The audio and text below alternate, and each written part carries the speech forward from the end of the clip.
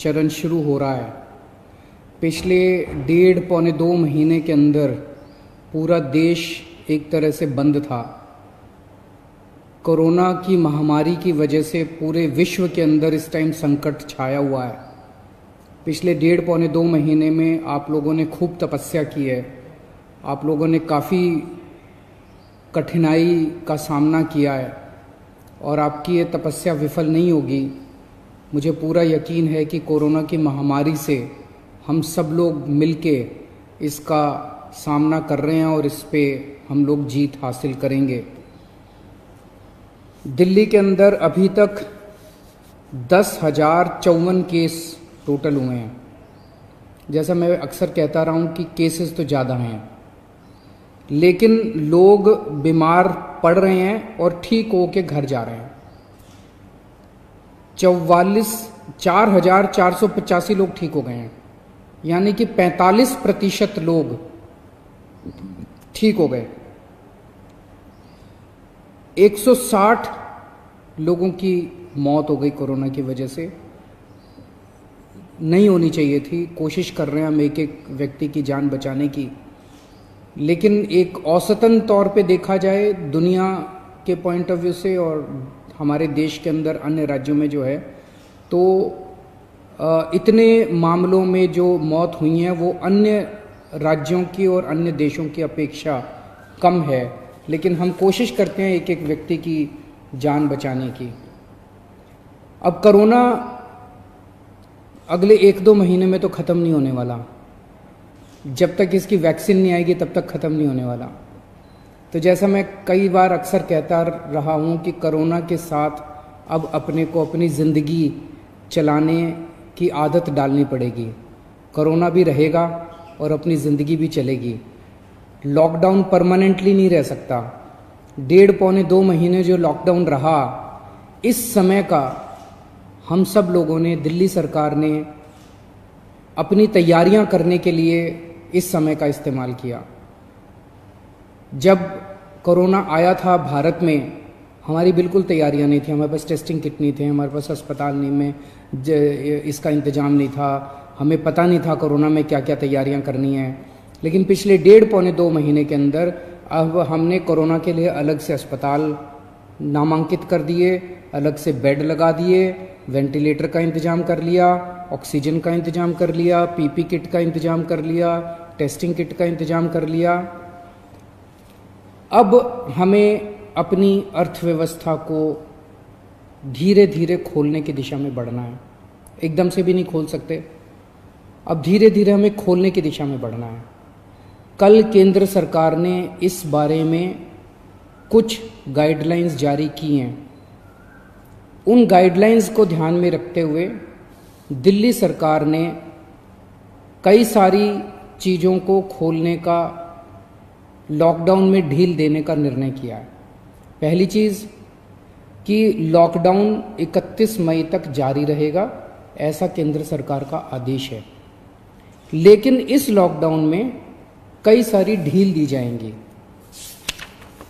पहले मैं आपको ये बता दूं कि क्या क्या अलाउ नहीं होगा दिल्ली के अंदर। मेट्रो नहीं चलेगी, सारे school, college, coaching institute, training institute सब बंद रहेंगे, सारे होटल बंद रहेंगे, सारे cinema hall, shopping mall, gymnasium, swimming pool, entertainment park, theatre, bar, auditoriums, assembly halls, ये सब बंद रहेंगे। Social, political, sports, entertainment, academic, cultural, religious या किसी भी तरह की बड़ी गैदरिंग्स ये नहीं हो पाएंगी, ये अलाउड नहीं होंगी। कोई भी धार्मिक स्थान या रिलीजियस प्लेस या प्लेसेस ऑफ वर्शिप बंद रहेंगे। कोई भी रिलीजियस गैदरिंग अलाउड नहीं होगी। बार्बर, स्पा और सलून ये अभी फिलहाल बंद रहेंगे। शाम को 7 बजे से सुबह 7 बजे तक घर से निकलना अलाउड नहीं होगा, केवल एसेंशियल सर्विसेज के लिए अलाउड होगा। 65 साल से ऊपर की उम्र के लोग, 10 साल से छोटे बच्चे, प्रेग्नेंट महिलाएं और जिन लोगों को दूसरी बीमारियां हैं जैसे डायबिटीज़, दिल की बीमारी, ऐसे लोग का घर से निकलना वर्जित होगा, क्योंकि इन लोगों के लिए कोरोना जानलेवा साबित होता है। रेस्टोरेंट्स को खुलना अलाउ होगा, लेकिन वहां बैठ के खाना अलाउड नहीं होगा, केवल रेस्टोरेंट्स में होम डिलीवरी अलाउ होगी। स्पोर्ट्स कॉम्प्लेक्स और स्टेडियम ये खोल दिए जाएंगे, लेकिन यहां किसी भी मैच के दौरान दर्शक अलाउड नहीं होंगे। ट्रांसपोर्टेशन को खोला जा रहा है, तो auto rickshaw, e rickshaw, cycle rickshaw ये अलाउड होंगे, लेकिन केवल एक पैसेंजर। टैक्सी,